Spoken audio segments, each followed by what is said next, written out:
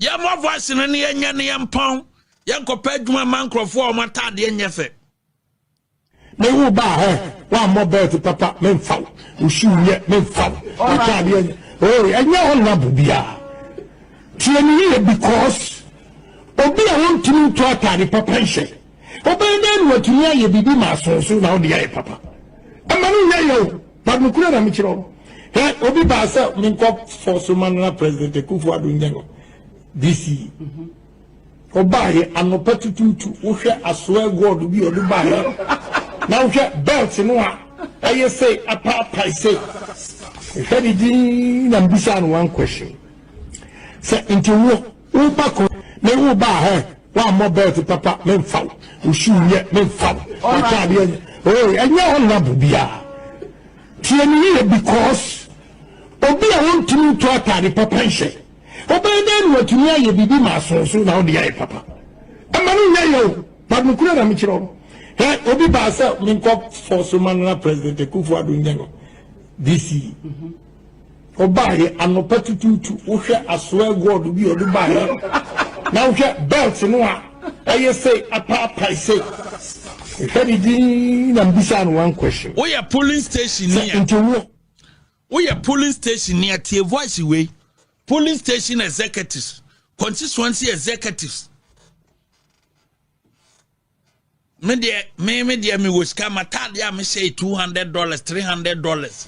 Until why wouldn't mean to sata the any bino when you can't sell beno. But Sani Pana say, Kotwaba mano, Mutiani yo, polling station executives. Why wouldn't $200? Atadia obese. Atina obe wuada no wako nipa nsehwe asikafua wuo kroma bebre na no alaji soma banda ekọ adaka kra nka ho okọ skani nipa nsehwe se de twere konkon no kan ye no o se ye ba na dagya ne ye besana kọ na dagya enti wa wonni sika wo ba to atade papa o se wa hwe matade echemi $200 say any kwansa obey me na me kura me nim wanim enkopa adwuma ma but o se hye wata de fin no a o kan wasem no na kodi lie so to abama ne medi president how wo de your police station ni wo your constituency executive wo your regional ayi mo amudi anim amo huru boss no mo amoti social media ne WhatsApp platform so and ono an ekọ and wa biebie nwuma no o se na dwuma no kora na obefa no wo ba no obi a onya dwuma no ye de tatare papa se ne edikan in the first place onya dwuma nyanti ana na tade enye no oba behu Osi nipa no na tade enye nti ukra wonni nanim nkopa adwuma ma no nti mu a mote WhatsApp platform so no wo $200 da wa wote WhatsApp platform so ane ye de Canada na ekọ ane ye de Canada na ekọ no wo $200 what $200 atade aseda ti asema o ka kire o so one dey he mean it no kra na o ka kire no o mfa watade fi obeti chiaye emfa man nkyɛn so kope ayi adwuma ma adwuma na wonni bintina watade enye no ana wo kwasere obi se omo ananya biye o koya waka kyo se wo watade na ade aba nanim kranti no onkopa adwuma ne ma wei ondo so ka ne pre nya agro na odie nanu yao ana o kasa se wo te WhatsApp platform so wonya $200 ento atade anu bi otu hia mu na ukobona mane se omo ananya adwuma ye no watimi di bi kura to aduane adi because ba bia duru no o dwene se de obenya bi di ato aduane adi o enya atade asem o dwene se de obenya adwuma bi aye na wo ba bedidi obenya kwan bia ma oba di akọ school obi se wo ba nkia this all shot atade 22,500 this all shampabo 2,500 this all bob bet 3,000 bet ni bi no who say we are responsible person na ono no start ya brabo no bidie wura ba no start ya brabo na o kasa asem no not me to satade ni bi but the next for no reason. And this one, the doctors on the some tier all were say, saying, "Wow, don't do also that, start don't be here, no. cooking Won't anything, send don't put for anything there to self because what you feel better, online. She has not learned her lesson. She's back with another president here. Also, crowd to me, papa, and to know DC.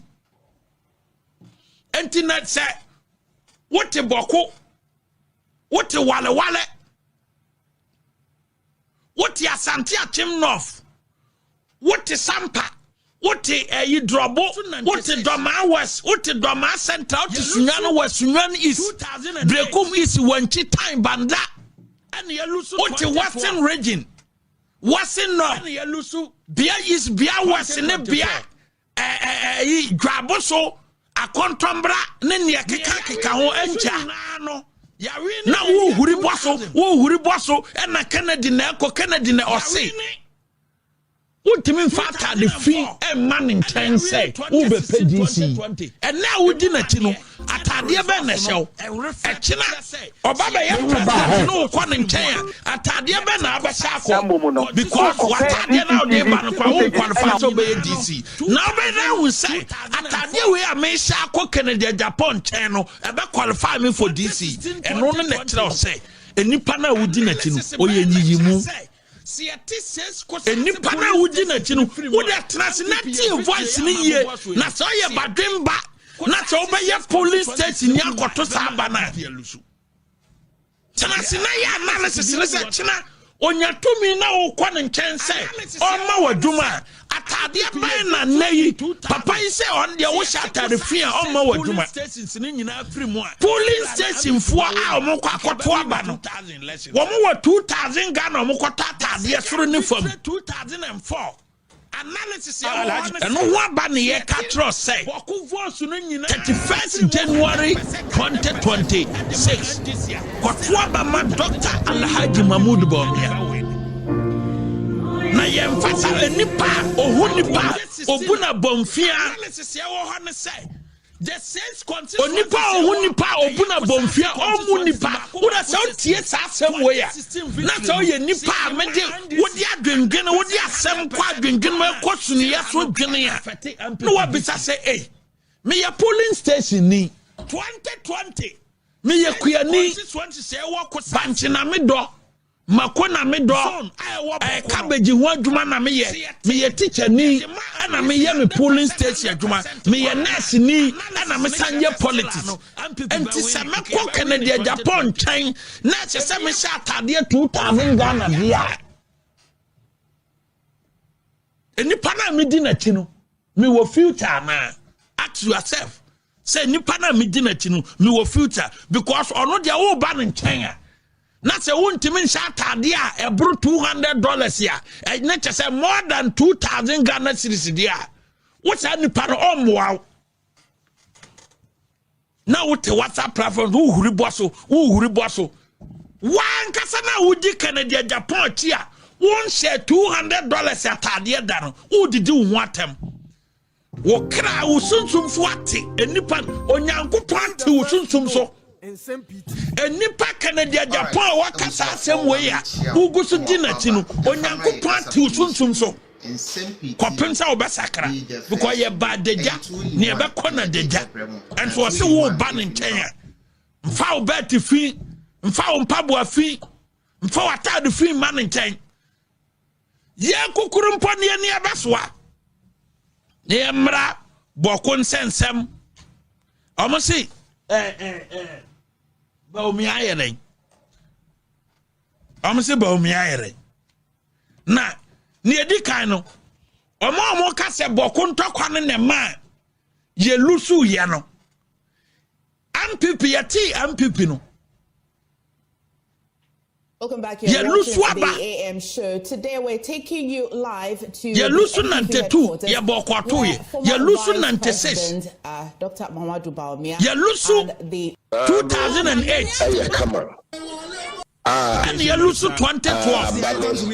And Yalusu 2024. A year Kwame Nkrumah Asuapomu. Near Yawin in Suninano. Yawin in the year 2000. Aye no abi ama ano so so ewo ho 2004 and ya win 2016 2020 emu mane and a resource no e reflect kire say se yete boko resource free mu a yete kosase constituencies no ye MPP ye victory nyina no 2004 2016 2020 no analysis ben na kire say si yete says kosase police stations in free mu a MPP ye victory ya mabobo so enu si yete kosase says constituencies in free mu a ebema MPP elusu analysis be any was my name is Shout. You are back with the bang. Analysis ya wo say MPP ye victory in 2000 si yete kosase says police stations in nyina free mu a still an MPP ba winning nke ba win 2000 elections. The second victory 2004 analysis ya wo say si yete boku votes no nyina free mu 100% at the man and this year still an 2004 MPP and eba winning. Over 2016 analysis ya wo say the same constituencies ya wo kosase constituencies mako sesi no 2016 victory no see the man and this 100% krana still ano and affect MPP victory. 2020 six constituencies say wo kosase zone ayewo boko no see ye the man and this 100% krana analysis ni kire still ano MPP ba winning nke ba winning 2020 no ebiem ofa ba yato MPP elusu a 1996 2008 2012 2024 and 9 and mako 4 96 2008 2012 and 2024 4 elections in elusu member fine so far 2000 2008 and 96 diana. So a lot of conversation. All the six constituencies say walk without zone now. What the back at the man MPP 100% crown still ano nka MPP belusu. Still anka MPP belusu 1996. Say kwasase fo no nyina pie ebeto abama MPP 100% still anka belusu 1996. MPP for aso won ho ahwe. So for 2008 elections na the same constituencies here work kosase zone form. So 200% ma MPP krana still anka MPP belusu. In the runoff still anka belusu.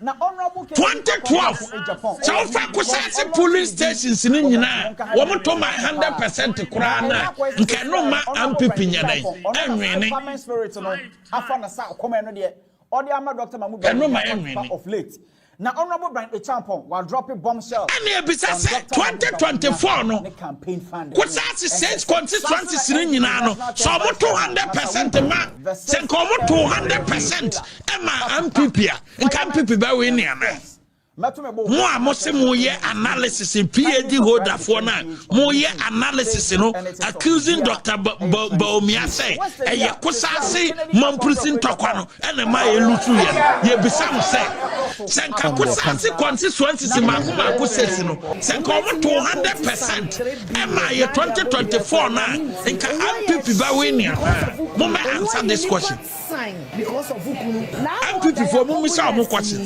say mama ya say Dr. Blanchard Kennedy Japan propaganda say kosase ne mamprisin tokwa no affect MPP me question ni na money kwakwa nansi na ediri o ye game na ya bin wa grom ne ne nam ya bin ahye question maybe someone say senka kosase constituencies ni nyina ye mako 6 senka omo 200% at the MPP 2024 nka MPP ba win yana. The answer is big no. Education Minister and MP for because all the six kosase constituencies wa boku zone no less than 130,000 votes. Into a 130, let's make it 130,000. It will determine MPP victory in 2024. If you are Schwarzenegger, not just say, Dr. Abana mo konumuni message. But yeah, Mamuina, say, brought the big mouth. Saturday, ya movie wa Lantramantin des and Kosiaga. Alantramantin no kita MPP dia MPP. Alantramantin na ni message ya bako. Olusu 2007 presidential primaries no 2010 na ni message ya bako. Ne message ni say MPP for to abama na nado danko akufo ado a asantefo ne nto aba no because asantefo ne atemfo wo problem. That was Alantramantin tribal campaign message. Yakoko to aba MPP presidential primaries no na nado danko akufo ado onya over 80% of the votes in the Asante region in the MPP presidential primaries. After that, Kevin Taylor. The message was that Asante were conflict. And to say a two Abama Akufo-Addo Asante for two Abano na Asante ni. Yakoko to abano MPP internal elections Nanado winning our Asante region. Yako general election no region eta Nanado chikese in 2012 ewo Ghana ha Asante region. 2015 presidential primaries. Allah repeated the same message say Achimni Asante ewo problem na Nanado ba Obama ochi hina yekese ache Asante hine yakoko to abano Asante region Nanado nya 85% yakoko to general election no Asante region Nanado nya 75% Asante foni pie ba to aba e de man Nanado danko Akufo-Addo na se mo wo party no na mo che party no a nke se mo hu se mo message no come up message foforo because ansem we na mo ka no Alantramantin aka bi e kensa enso ya to aba no ba bia na Nado nya ne voice pa ya Asante region enso Alantimi ka se Asantefo ene atemfo nka enso e koto aba no na achimni no awe ne wa Asante region. Because Achimni Asante different be anim. Achimni Asante difference be anyere anim enti eto aba no wo moto no heavy e de Nanado danko Akufo-Addo presidential primaries and the general elections. General elections Nanado nya 75% in Asante region 2016. Yes. Onya or it is our voice no and to some message no and away I say and away I say no sankamunima mutina se and sama Alan kan ya presidential elections am favana nyankopon ahunse munya na ade bia wonya bia no wo ka asem de say no ade bia nya ode bia no wo ka asem de say no na mosemo adwuma me honorable Kennedy Japan ne Brand Tampon assignment. So honorable Brand Tampon ni Kennedy Japan say Baomia and ama boko kusasi ni mamprisi ntokwa enwo na eno nso na afete MPP no mo na asem ni omo ho dia me mo assignment say ene ekosi the end of this month so mutimi yes assignment no ni say honorable Brand Tampon ni Kennedy Japan wo mo modern answer so mo de o mo say asem ni omo ho wo mo modern answer abosomi nwotwe nie kusasi MPC no wo mo ye mako ensia Bindure Boko Central Zebila Bakubi kan ho Pusiga akamienu wo mo ye mako nsia 8 months ni o mo ntimi nko o mu kuro Se mo say mo na kusasefo pem asem na asem ni mo ho dia mesra mo ase by the end of this month no mo modena emfa kusase ampisi no enkoboko because womo constituent ni hia omo because mo dia maka say mo dia mo mfiri wa asem ni mo ho enti kusasefo no pem asem enti yate mo modena na says ampisi na omo free kusa traditional area no omo ye mako sesi pe mo modena mfo omo ntena ka mu na mo mfa convoy pimpo eye Canada Japan ne brand champonie ye de asem ni ye ho enti mo ampisi na akankran no ye de omo bremo na mo de omo koboko ho na Ghana fo nyina hu sai mo de akosasefo no pem asem na asem ni mo ho enti NDC ampisi na wo mabo asesa akankran ha a omo nkrofo se so mo si wa de besi no mo de mo ye memma mo de asem ni mo ho mo mfa mo ntena ka mo people mahama yarga kankran ladia kankran bindure ampia kankran pusiga ampia kankran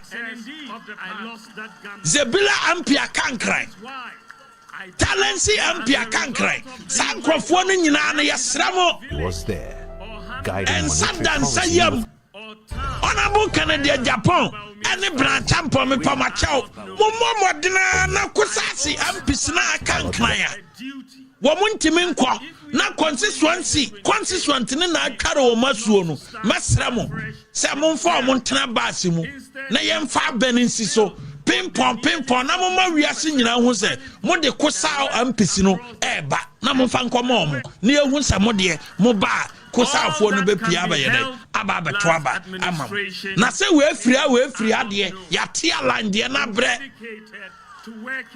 moto abama ayi na nado danko akofo ado asantefo nto aba because asantefo ne atemfo nka moto abama na nado danko akofo ado oba ma oche hene aba betena asante hene konso enti ya basra mpipifo me kai mo ne alantre mantin kai ayantie na nado na ba asantefo na to aba na nado aba atemfo no obi anya dai eni asem the propaganda no bi no ye ni records bia wo Ghana ha say yakwa aba ama kusatefo atai MPP achida but we have been winning enti e ba ne say na dakuru ye kokko lusu aba mo say ye kusasi e man prison tokwa enti ye fanche ba omia ye ni records bia wo Ghana ha say yakwa abatoɔ tambia ye bekwa abatoɔ no kusasefo ni yafa enti MPP ya winning tambia ye belusu aba no kusasefo ni yafa MPP ya winning ya winning aba with that kusasi ye lusu aba with that kusasi. Yes, we have been winning elections in this country without the kusasis. We have been losing elections in this country without the kusasis.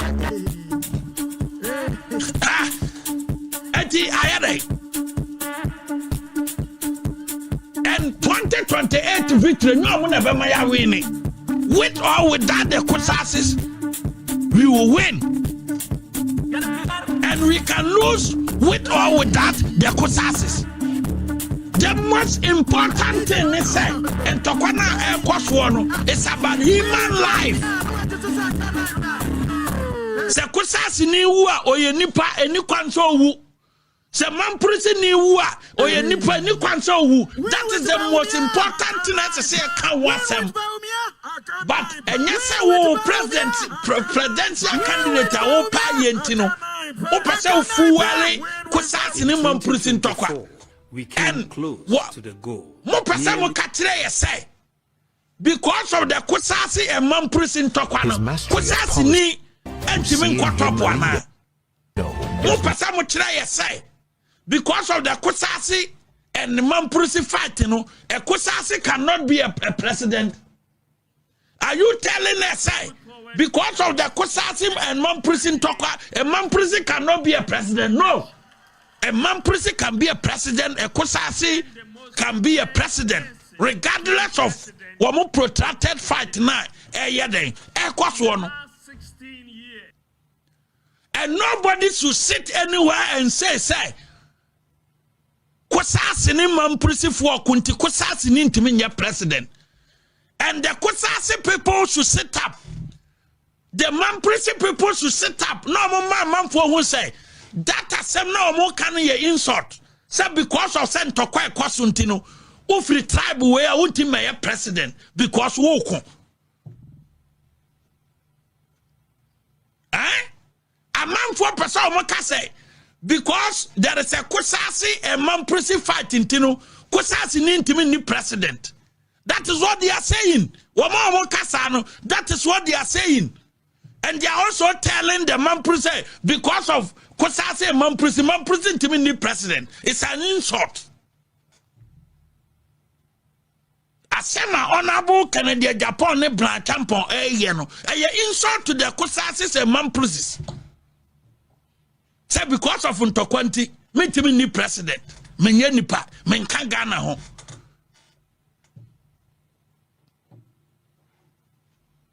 Answer. Solution about the protracted conflict na conflict na no. And na ye kan ho asem. Ekwana ye be faswa save life and property. Enu na hia say me be ye presidential candidate here. Ekwana me faswa resolve issue no. Ebia ni hono an say we ye say we free here we ye say